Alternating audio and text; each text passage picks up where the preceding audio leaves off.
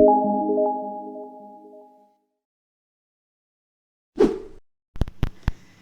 Everyone, this is Kashif Nafees. स्वागत है आपका नाइस टेक एजुकेशन मेरे इस चैनल में।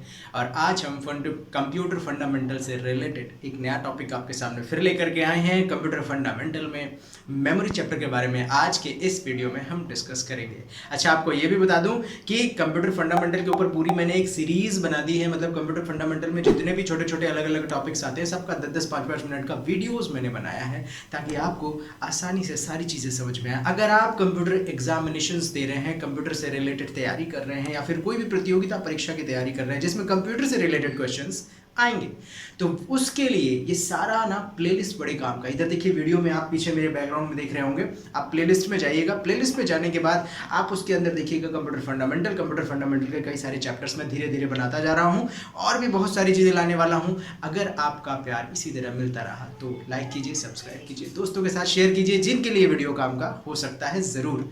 तो मैं आज का टॉपिक शुरू करता हूँ। आज का टॉपिक मैं जो लेकर के आया हूँ वो कंप्यूटर मेमोरी के ऊपर है। मेमोरी देखिए एक ऐसा चैप्टर है, एक ऐसा टॉपिक है जो किसी भी कंप्यूटर से रिलेटेड एग्जामिनेशन आप दे रहे हैं वहाँ पे मेमोरी चैप्टर से रिलेटेड क्वेश्चन डेफिनेटली आता है। मतलब रैम क्या, रोम क्या, रैम के प्रकार कौन से, रोम कितनी प्रकार की, उसके बाद रैम कौन कौन सी होती है जो हमारे कंप्यूटर में लगाई जाती है, इसके बाद ये बफर मेमोरी क्या होती है, कैश मेमोरी क्या होती है, फ्लैश मेमोरी क्या होती है, L1 कैश मेमोरी, प्रोसेसर के अंदर जो मेमोरी होती है वो क्या होती है, मेमोरी के मेजरमेंट्स कौन कौन से हैं, GB, MB, TB, PB, ये सारा कुछ जो सुनने को अपन को मिलता है सब है क्या। तो ये सारी चीज़ें हम इस वीडियो में डिस्कस करेंगे। आखिरी तक बने रहेगा। अगर वीडियो पसंद आए तो ज़रूर लाइक कीजिएगा। तो चलिए शुरू करते हैं। सबसे पहले जान लीजिए मेमोरी। कंप्यूटर की मेमोरी जो होती है ना, ये हमारे ह्यूमन बॉडी में जो मेमोरी होती है उसी को ध्यान में रख करके कंप्यूटर की मेमोरी को डिज़ाइन किया गया है। ह्यूमन बॉडी में भी हमारे पास दो तरह की मेमोरी होती है, कॉन्शियस मेमोरी और सब कॉन्शियस मेमोरी। मतलब एक दिमाग जो सारी चीज़ों को स्टोर करके रखता है, और दूसरा दिमाग कौन सा, जो कि हमें फटाफट डिसीजन लेने में मदद करता है, कुछ भी कैलकुलेट करने में मदद करता है, जल्दी से निर्णय लेने में, किसी फाइनल सॉल्यूशन निकालने में हमको मदद करता है। तो ये दोनों दिमाग ना हमारे पास, हर इंसानों के पास अलग अलग होता है। किसी के पास ये वाला दिमाग कम होता है, मतलब कि वो जल्दी से डिसीजन नहीं ले पाएगा, प्रॉब्लम को जल्दी से सॉल्व नहीं कर पाएगा, इस तरह के काम। और स्टोर करने वाला दिमाग लगभग सभी के सब पास सेम होता है। तो इसी चीज़ों को ध्यान में रख करके हमारे साइंटिस्ट, कंप्यूटर के जो साइंटिस्ट है, उन्होंने मेमोरी को डिज़ाइन किया है। हमारी जो कंप्यूटर की मेमोरी है, इसकी डेफिनेशन ये है कि कंप्यूटर का वह भाग जो हमारी फाइल्स और डाटा को स्टोर करता है और कंप्यूटर को चलने में मदद करता है, इसे हम कंप्यूटर में मेमोरी कहते हैं। तो डेफिनेटली कंप्यूटर को चलाने के लिए मेमोरी का इस्तेमाल तो होता ही है। आपने मोबाइल भी परचेज किया होगा, स्मार्टफोन परचेज किया होगा, उसमें भी आपने देखा होगा कि मेमोरी के बारे में लिखा होता है कि इसमें 3 GB रैम है, 4 GB रैम है, 6 GB रैम है, वगैरह वगैरह। ऐसे ही कंप्यूटर भी खरीदते हैं, लैपटॉप खरीदते हैं तो वहाँ भी होता है कि 2 GB RAM, 4 GB RAM, 6 GB RAM, या फिर 8 GB रैम, 16 GB रैम, वगैरह वगैरह। तो ये रैम जो है ना, ये हमारे कंप्यूटर में कम्युनिकेशन को फास्ट करती है। मतलब जो इंस्ट्रक्शन यूज़र बाहर से देता है, जैसे कीबोर्ड और माउस से हमने वहाँ से कमांड दिया, कोई भी आदेश दिया, तो वो आदेश को लेकर के जल्दी से प्रोसेसर को पहुँचाना, प्रोसेसर के जवाब को जल्दी से आगे पहुँचाना, प्रोसेस में लेकर के जाना, ये काम हमारी मेमोरी करती है। अब मेमोरी के बारे में आगे बढ़ते हैं अपन। मेमोरी के प्रकार में आ जाते हैं। मेमोरी का जो प्रकार है ना, वो दो प्रकार है। एक है प्राइमरी मेमोरी और दूसरा है सेकेंडरी मेमोरी। प्राइमरी मेमोरी जो होती है ये कंप्यूटर को चलने में मदद करती है। ये मेमोरी अस्थायी होती है और इसके भी कई प्रकार हैं। और उसी की दूसरी तरफ जो सेकेंडरी मेमोरी होती है ये स्थायी मेमोरी होती है और ये फाइल्स और डाटा को स्टोर करने का काम करती है। दोनों में मेन डिफरेंस ये है। अब हम आते हैं प्राइमरी मेमोरी की तरफ। प्राइमरी मेमोरी जो है ये दो प्रकार की फिर है। एक है एनालॉग मेमोरी और दूसरी है डिजिटल मेमोरी। एनालॉग मेमोरी के बारे में अगर आप किताबों में स्टडी करेंगे तो इसमें आपको मिलेगा कि ये बहुत पुराने समय में इस्तेमाल की जाती थी। इसमें मैग्नेटिक ड्रम होता था जिसमें डेटा स्टोर होता था और वो सारा कुछ डिसीजन लेता था, लेकिन इसका इस्तेमाल बहुत कम, यानी कि इतनी स्पीड कम थी उसकी, इसलिए उस मेमोरी को टोटली ख़त्म कर दिया गया। उसका इस्तेमाल अब नहीं किया जाता। हम लोग सिर्फ और सिर्फ डिजिटल मेमोरी का इस्तेमाल करते हैं। डिजिटल मेमोरी में फिर दो प्रकार आते हैं। पहला है रैम और दूसरा है रोम। डिजिटल मेमोरी में रैम और रोम दो प्रकार और हैं। अब रैम की तरफ आते हैं। रैम का फुल फॉर्म होता है random access memory. Read only memory ROM का फुल फॉर्म होता है। तो पहले मैं रैम को ही डिस्कस करूं। रैम का फुल फॉर्म होता है रैंडम एक्सेस मेमोरी। ये रैम कुछ इस प्रकार दिखाई देती है, आपको पीछे स्क्रीन पे दिखाई दे रहा होगा। ये रैम जो है इसका नाम रैंडम एक्सेस मेमोरी इसलिए पड़ा क्योंकि हमारी एक्सेस में है, पहुंच में है। ये हमारे मदरबोर्ड से हम उसको निकाल सकते हैं और वापस लगा सकते हैं स्वयं। तो ऐसी मेमोरी जो हमारी पहुंच में है, जो आसानी से निकाली जा सके, पकड़ी जा सके, उसे रैंडम एक्सेस मेमोरी नाम दिया गया। रैम जो होती है मार्केट में आपको मिलेगी 2 GB की, 4 GB की, 8 GB की, 16 GB की मार्केट में मिलेगी। अगर आपके कंप्यूटर में रैम कम है तो आपने एक और खरीदा 4 GB का, बगल में एक और लगा दिया और रैम आपके कंप्यूटर में इंप्रूव हो गई, बढ़ गई। रैम बढ़ाने से क्या होता है? रैम बढ़ाने से आपके कंप्यूटर का कम्युनिकेशन फास्ट होता है। कम्युनिकेशन फास्ट होता है तो आपके द्वारा दिए गए इंस्ट्रक्शंस जल्दी से अंदर आएंगे और जल्दी से बाहर जाएंगे, तो फटाफट कम्युनिकेशन होगा, तो सिस्टम की स्पीड को बूस्ट मिलेगा थोड़ा सा। तो रैम का जो रोल है हमारे कंप्यूटर में, कंप्यूटर की परफॉर्मेंस को बढ़ाना या बेहतर करने वाला रोल होता है रैम का। ये हमारे कंप्यूटर में कम्युनिकेशन का काम करती है। अब रैम के भी प्रकार, पुराने समय में चलती थी एसडी रैम, फुल फॉर्म है सिंक्रोनस डायनामिक रैम। उसके पहले डायनामिक रैम चलती थी। तो रैम के प्रकारों में अगर आप जाएंगे तो डायनामिक रैम सबसे पुरानी, उसके बाद सिंक्रोनस डायनामिक रैम मतलब कि एसडी रैम, उसके बाद फिर आई DDR1 रैम, फिर DDR2 रैम, DDR3 और DDR4 लेटेस्ट हमारे आजकल के कंप्यूटर और लैपटॉप में लगी मिलती है हमको DDR4 टेक्नोलॉजी वाली रैम। अब DDR का फुल फॉर्म होता है डबल डाटा रेट। ये है, अब कभी आप रैम निकाल करके उसको गौर से उसकी स्टिकर्स को पढ़ेंगे ना तो उसमें लिखा होगा DDR1 या DDR2 या DDR3, तो वहाँ से आपको आइडेंटिफाई हो जाएगा कि ये किस कैटेगरी की है। इससे होता क्या है, DDR1 थोड़ा सा पहले स्लो थी, DDR2 बेटर टेक्नोलॉजी की रैम आ गई, DDR3 और बेटर टेक्नोलॉजी की रैम आ गई, फिर DDR4 और बेटर टेक्नोलॉजी की रैम आ गई। तो ये रैम जो है, रैम की टेक्नोलॉजी काम करने का उसका परफॉर्मेंस बेटर होता चला जा रहा है। तो आप जब भी लेटेस्ट कंप्यूटर खरीदे तो उसमें ये भी देखिए कि रैम किस क्वालिटी का है, किस कैटेगरी का है, DDR3 है, DDR4 है, DDR2 है, वगैरह वगैरह। अब आते हैं रैम के सारे प्रकार मैंने डिस्कस कर लिए। अब रैम के आगे आते हैं। रैम के बाद दूसरा जो प्रकार है वो है रोम। रोम का फुल फॉर्म होता है रीड ऑनली मेमोरी। रोम एक इस तरह का चिप होता है चौकोर सा। इसे कंप्यूटर में लगाने के बाद, मैं कौन सी बात कर रहा हूं, मैं मैन्युफैक्चरिंग के टाइम की बात कर रहा हूं। मतलब जब रैम मैन्युफैक्चर होता है, सॉरी रोम मैन्युफैक्चर होता है। रोम जब मैन्युफैक्चर होता है तो छोटा सा चिप होता है, इसे एक मशीन में लगाते हैं और कंप्यूटर में लगाने के बाद उसमें प्रोग्रामिंग की जाती है कि कौन से इंस्ट्रक्शंस पे क्या जवाब देना है। तो रोम में कुछ प्री डिफाइंड कमांड के जवाब स्टोर होते हैं कि ऐसे इंस्ट्रक्शन पे ये कर देना, ऐसे इंस्ट्रक्शन आए तो ये कर देना, या ये वाला सवाल आए तो ये कर देना, इसका जवाब ये देना, इसका जवाब ये देना, इसका जवाब ये देना। इस तरीके का काम रोम का होता है हमारे कंप्यूटर में। तो रोम जो है 3 प्रकार का फिर से है। एक है प्रोम, पी रोम। पी रोम का फुल फॉर्म होता है प्रोग्रामेबल रोम। प्रोग्रामेबल रोम मतलब जिस रोम को प्रोग्राम किया जा सके, मतलब उस रोम को लगा के प्रोग्रामिंग की जा सके या प्रोग्राम उसमें लिखा जा सके। इससे दूसरा आया ईपी रोम, इरेजेबल प्रोग्रामेबल रोम, मतलब ऐसा रोम जिसका प्रोग्राम इरेज करके फिर से लिखा जा सके। तीसरा एक और लेटेस्ट रोम आया, वो रोम है डबल ईपी रोम, मतलब इलेक्ट्रिकली इरेजेबल प्रोग्रामेबल रोम, मतलब जिसके प्रोग्राम को किरणों द्वारा, लेजर किरणों द्वारा मिटा करके फिर से लिखा जा सकता है या कई बार मिटा के लिखा जा सकता है, उसे इलेक्ट्रिकली इरेजेबल प्रोग्रामेबल रोम कहते हैं, डबल ईपी रोम। तो ये 3 प्रकार के रोम्स होते हैं जो हमारे जितने भी इलेक्ट्रॉनिक डिवाइसेस होते हैं, जैसे मोबाइल है, कंप्यूटर है और प्लेयर्स वगैरह होते हैं बड़े बड़े, जो जिसमें बोर्ड लगा होता है, चिप और आईसीज लगी होती है बहुत सारा, वहाँ पर रोम भी लगा होता है। और रोम का काम होता है आपके द्वारा दिए गए आदेशों के जवाब दे देना, छोटे मोटे आदेशों का। तो यहाँ पे रोम का रोल होता है ये। तो हमारे कंप्यूटर में प्राइमरी मेमोरी में 2 प्रकार हो गए, रैम एंड प्राइमरी मेमोरी में डिजिटल और एनालॉग। एनालॉग खत्म हो चुका, डिजिटल के अंदर फिर आए, डिजिटल के अंदर रैम हो गई और रोम हो गया। दोनों के प्रकारों को भी मैंने डिस्कस कर दिया। अभी प्राइमरी मेमोरी में और भी कुछ कुछ मेमोरीज हैं, जैसे कि बफर मेमोरी। बफर मेमोरी क्या होती है, ये एक ऐसी मेमोरी है जब हमारा सीपीयू जानते हैं, सीपीयू प्रोसेसर आईसी, ये सीपीयू का मेन रोल होता है आपके कंप्यूटर में जितना भी निर्णय लेने का काम होता है, या आप जो सवाल करते हैं, जो भी खोलने की कोशिश करते हैं, कोई प्रोग्राम खोलते हैं, कुछ भी करते हैं, कमांड देते हैं माउस से और कीबोर्ड से, तो वो इस सीपीयू के पास आता है और सीपीयू उसका जवाब देता है। तो असल में सीपीयू का काम है आपके सवालों का जवाब देना या आपके द्वारा दिए गए इंस्ट्रक्शंस का जवाब देना। तो सीपीयू जब किसी काम में बिजी होता है, उस वक्त हमारे द्वारा दिए गए इंस्ट्रक्शंस या कमांड्स आकर के बफर मेमोरी में रुकते हैं। और बफर मेमोरी जैसे ही देखता है कि सीपीयू काम से फ्री हो गया तो ये ऑर्डर उसको देता है और ये काम होकर के आपको स्क्रीन पे आउटपुट मिल जाता है। तो बफर मेमोरी कौन हुआ? Buffer memory just like a assistant, वो एक असिस्टेंट बैठा है सीपीयू के बगल में, आपके द्वारा दिए गए इंस्ट्रक्शंस अगर सीपीयू नहीं ले पा रहा है, बिजी है, तो बफर मेमोरी ले लेता है, रखता है आपके ऑर्डर्स को, जैसे ही सीपीयू फ्री होता है तो ये उसको ऑर्डर देता है और आपको वो काम कंप्लीट होके मिल जाता है। इसका उदाहरण आप देखेंगे किसी, मैं आपको एक हिंट देता हूं।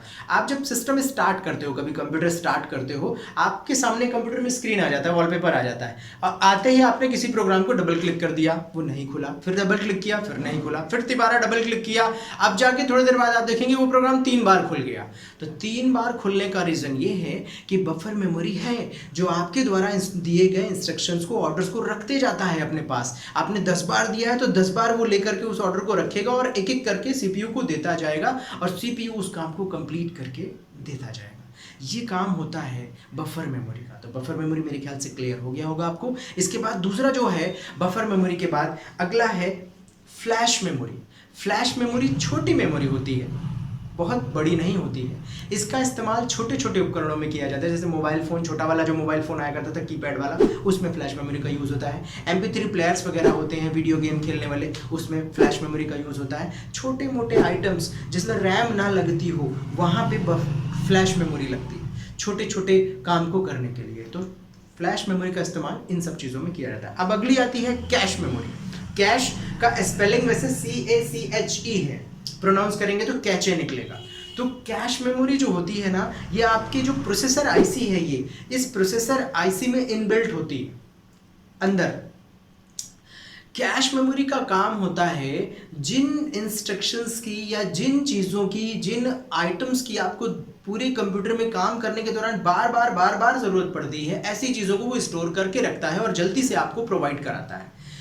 ये इसके बारे में किताबों में थ्योरी लिखी है कि कैश मेमोरी सबसे महंगी मेमोरी है, इसका मेजरमेंट कम होता है, बहुत ज़्यादा नहीं होता है, सीपीयू इनबिल्ट होती है और ये आपके कंप्यूटर की स्पीड बढ़ाने में बहुत ज़्यादा सहायक होती है। मतलब सीपीयू अगर स्पीड बढ़ा रहा है तो वो अपनी कैश मेमोरी की वजह से स्पीड बढ़ा रहा है। यहाँ पे कैश मेमोरी जो है 2 प्रकार की होती है, L1 कैश मेमोरी और L2 कैश मेमोरी 2 प्रकार की होती है। L1 cache memory, L2 cache memory. तो इसकी कैपेसिटी अगर आप देखेंगे तो ये आपको 1 MB, 2 MB, 4 MB या 6 या 8 MB तक ही इसकी L2 कैश मेमोरी मिलेगी। L1 और L2 कैश मेमोरी की कैपेसिटी बस इतनी ही होती है, इसी मेजरमेंट में मिलता है। कभी आप CPU प्रोसेसर आईसी खरीदेंगे ना तो उसका पैकेट देखिएगा, इंटेल का या AMD का आता है, उस पैकेट में बाहर लिखा होगा इसमें कितने MB की L2 कैश मेमोरी या L1 कैश मेमोरी लगी हुई है। तो ये रहा मेमोरी का सारा मेजरमेंट। एक बार मैं फिर से रिपीट कर रहा हूँ, ध्यान से देखिएगा। रिपीट में ये कि पहले अपन ने मेमोरी की डेफिनेशन क्लियर की, मेमोरी की डेफिनेशन के बाद हम आगे देख रहे हैं कि मेमोरी के प्रकार कौन से हैं। तो मेमोरी के प्रकार में आपके 2 प्रकार हैं, primary and secondary. Primary computer को चलने में मदद करती है, प्राइमरी कंप्यूटर को चलने में मदद करती है। सेकेंडरी मेमोरी आपके कंप्यूटर में डाटा स्टोर यानी फाइलों को स्टोर करने का काम करती है। अब इसके बाद अगर आप प्राइमरी के अंदर जाएंगे तो प्राइमरी मेमोरी जो है वो आपकी 2 प्रकार की है, एनालॉग एंड डिजिटल। एनालॉग का यूज खत्म हो चुका है, डिजिटल मेमोरी का हम इस्तेमाल अपने कंप्यूटर में आज के समय में कर रहे हैं।